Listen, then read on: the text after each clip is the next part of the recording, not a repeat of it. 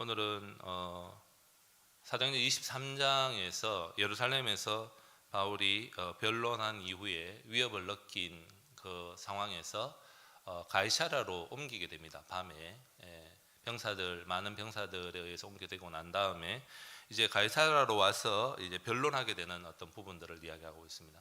여러분 잘 알듯이 가이사랴는 바닷가 쪽으로 가 있죠. 예루살렘에서 이동을 해서 거기서 이제 이야기를 하는데, 아나니아는 대제사장입니다. 여러분 23장에 보면 알겠지만 이 아나니아는 오늘 변론하는 그 사람 더둘로를 데리고 와서 바울에 대해서 거짓 증거를 하게 만드는 사람인데, 실제적으로 그는 좋은 정치를 하지 못했습니다.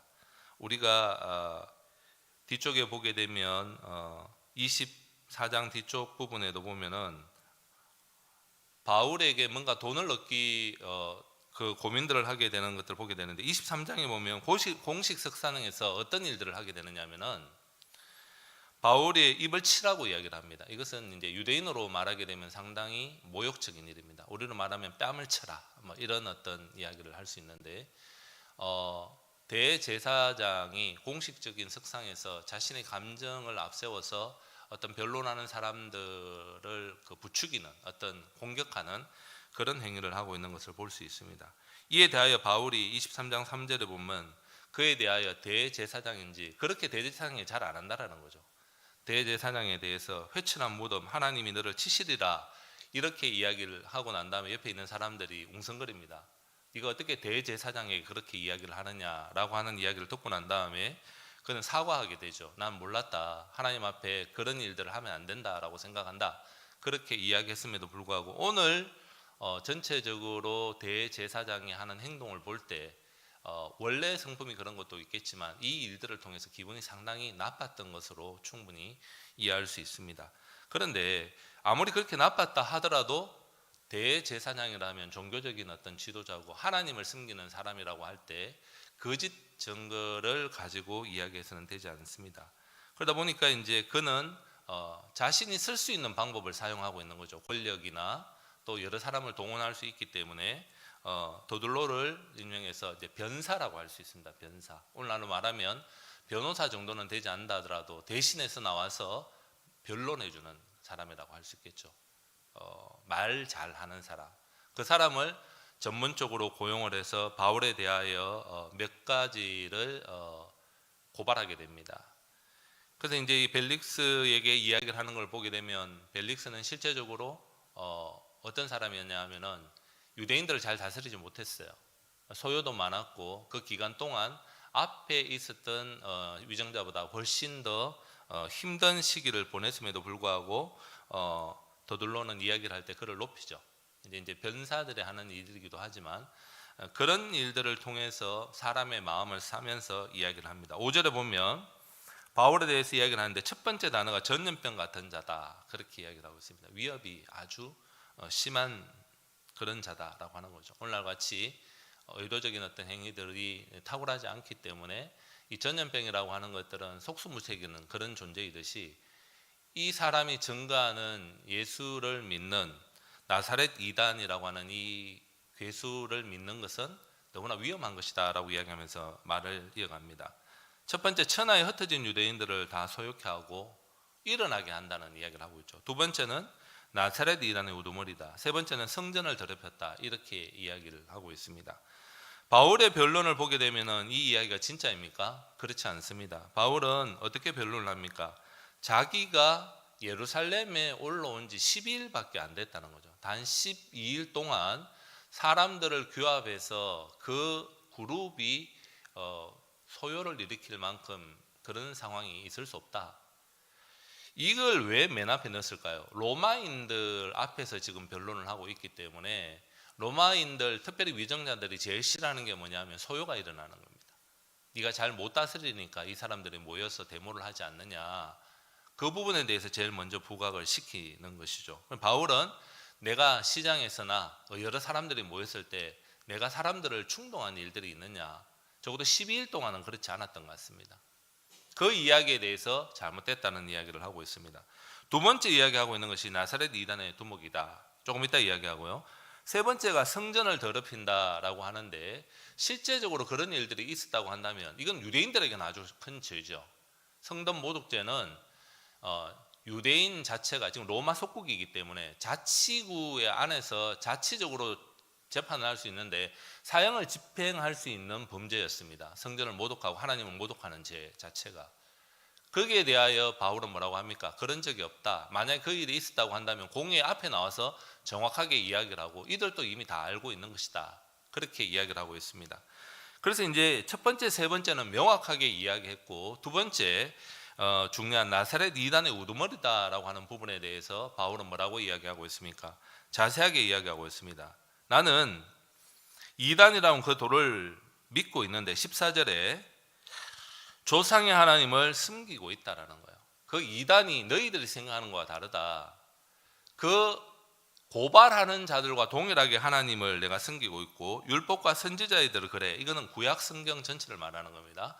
구약 성경 전체에 기록된 것을 어떻게 해요? 다 믿고 있다라고 이야기하고 있습니다.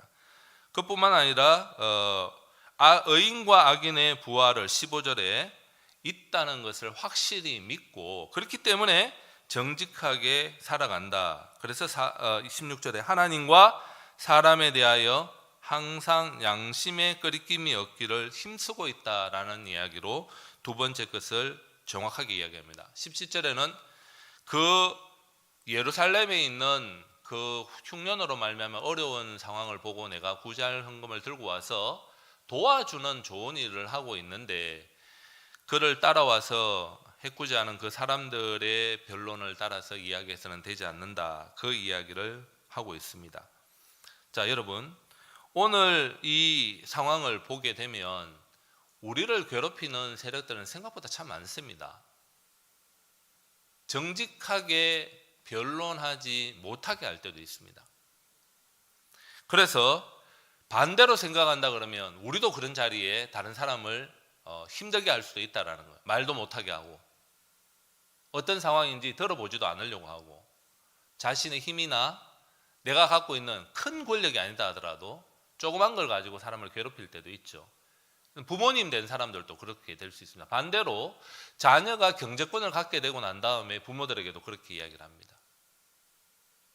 하나님의 나라의 원리는 자기가 갖고 있는 힘과 권력을 자신을 위해 쓰지 않습니다. 다른 사람들을 위해 쓰게 되는 거죠. 그래서 예수님이 우리를 위하여 섬겼던 것을 생각한다 그러면 자신을 위해 쓰지 않고 하나님의 나라의 영광을 드러내고 하나님의 백성인 우리를 위해서 사용했던 것을 모델을 보여주시면서 우리도 그렇게 살아라고 이야기했습니다. 혹시 나의 삶 가운데 아나니아와 같은 그런 모습으로 다른 사람을 힘들게 한 것이 없는지 우리 오늘 하루도 좀 고민해 보면 좋겠다 싶습니다. 9절에 보게 되면은 그 아나니아의 그 행동에 대해서 유대인들은 이 말이 옳다 주장을 같이 동의를 해주고 있습니다. 여러분, 이게 제일 무서운 것입니다. 학교의 학생들에게, 중고등학생들에게 가르칠 때 왕따에 대해서, 피해에 대해서 어떻게 위험한 것인가에 대해서 가르칠 때에 그들의 동조하는 것도 너무 잘못됐다라는 걸 가르칩니다. 당연하죠. 또 더 심한 건 뭐냐? 조용히 있는 것도 너희들이 그 왕따를 부추기는 것과 똑같다라고 이야기합니다. 우리는 어떤 분위기에 휩쓸리거나 어떤 그룹에 내가 속해 있기 때문에 그것이 당연히 맞을 것이다. 그러면 어떤 현상이 나타날까요? 편하죠. 근데 바울은 베레아 사람들이 말씀을 잘 묵상하는 것을 바라보면서 우리 성경은 신사적이다라는 말들하고 친절하다라는 이야기를 하는데 하나님이 우리에게 어떤 그룹의 어떤 판단이나 기준이 늘 옳다라고 말한 적이 없습니다. 우리는 그래도 공교회를 믿는다라는 것은 같이 기도하고 그 공교회가 결정한 것들을 신중하게 받지만 우리의 헌법의 맨 앞에 나오는 것이 뭐냐면 양심의 자유에 대한 것이 나옵니다. 그 양심의 자유는 무엇이냐? 아이고 내가 내 양심대로 행하기 있기 때문에 참 좋네 이렇게 생각할 수도 있지만 여러분이 어떤 판단을 했을 때에 그 판단의 책임은 최종 책임은 여러분들이 진다는 거예요. 우리 자신이 진다라는 거예요. 그래서 더 깨어 있어야 되는 거죠. 특별히 내가 어떤 좋은 그룹에 들어가 있다고 하더라도 그 좋은 그룹조차도 하나님의 뜻과 위배되는 것을 결정할 수 있다는 것을 긴장을 해야 되는 거죠. 오늘 9절의 말씀을 바라보면서 우리의 삶 가운데 좋은 서울시민교회에 있고 좋은 기관에 들어가 있다 하더라도 하나님 앞에서 내가 분위기에 의해서 어떤 사람을 비방한다거나 어떤 결정을 잘못하고 있는 것들이 없는가 돌아보는 마음들이 있어야 된다는 거죠.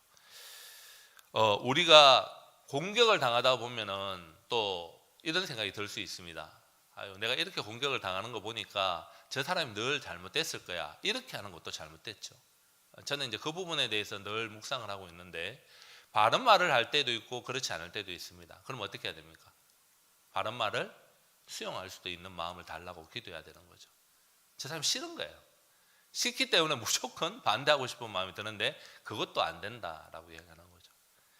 그래서 사실은 우리가 제일 오늘 제가 여러분들하고 나누고 싶은 것이 뭐냐라고 하면은 진짜 사람들이 나를 사실이 아닌 일들로 괴롭게 하고 또 나를 힘들게 하고 어떤 변론을 내가 해야 되는데 바울과 같이 탁월하게 이야기도 할 수 있는 자신도 없을 때에 어떻게 해야 되느냐라고 생각하는 거죠. 오늘 성경 구절 세 구절을 좀 인용을 하겠습니다. 베드로전서 3장 15절과 16절에 보면 이런 말씀이 있습니다. 너희 마음에 그리스도를 주로 삼아 거룩하게 하고 너희 속에 있는 소망에 관한 이유를 묻는 자에게 대답할 것을 항상 준비하되 온유와 두려움으로 하고 선한 양심을 가지라. 이는 그리스도 안에 있는 너희의 선행을 욕하는 자들로 그 비방하는 일에 부끄러움을 당하게 하려 함이라. 복음에 증거되는 이유도 있지만 우리 삶에 있어서 부당한 이야기를 할 때에도 동일하게 적용된다고 생각합니다. 그래서 여기 나오는 몇 가지의 단어가 나오는데 선한 양심이라는 단어가 저에게는 좀 많이 와닿습니다. 우리가 지금 이 상황에서 내가 선한 양심을 가지고 이 일을 보고 있는가 아니면 감정적으로 보고 있는가 냉정하게 생각할 때 오히려 선행을 정확하게 판단하고 비방하는 일에 부끄러움을 그들이 당할 수 있도록 할 수 있다는 거예요. 두려워하지 말고 내가 하나님 앞에 바른 마음을 갖고 이 일들을 보고 있는가 봐야 되는 거죠. 골로새서 4장 6절입니다.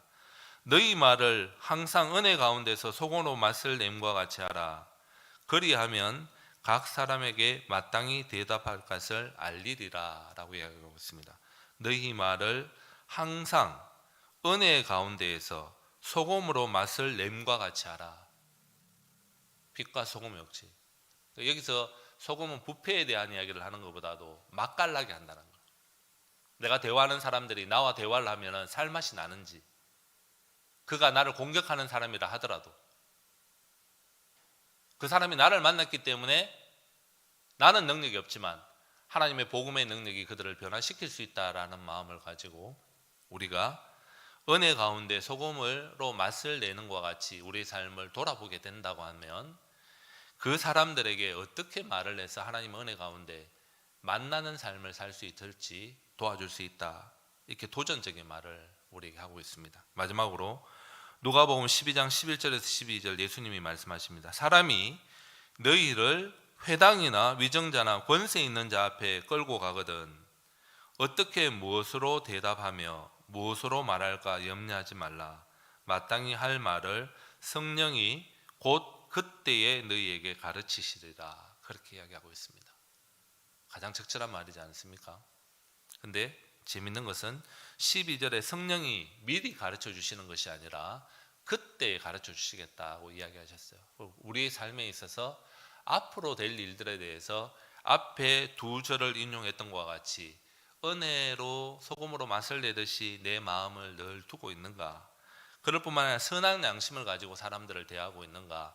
돌아보면서 성령의 인도하심을 의지하고 나갈 때 그때마다 내가 어떤 그룹 앞에서 서서 이야기할 때에도 하나님이 할 말을 성령님을 통해서 주신다라는 거죠.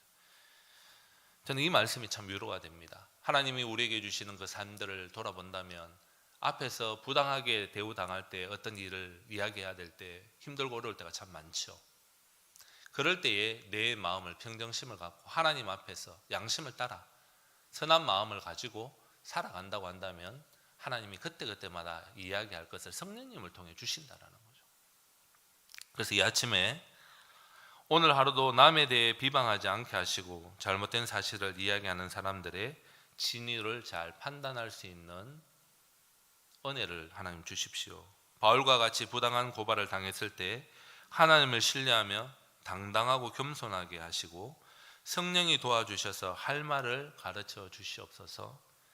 어떤 일을 만나도 하나님의 영광을 생각하는 담대함과 바른 자세를 주셔서 지혜롭게 대처할 수 있도록 해 주십시오. 그뿐만 아니라 우리 교회가, 우리 가정이, 우리 여전도회가 이런 말씀의 원리 안에서 서로를 존중하며 하나님의 영광을 드러낼 수 있도록 해 주십시오. 기도하는 새벽이 되시길 바랍니다.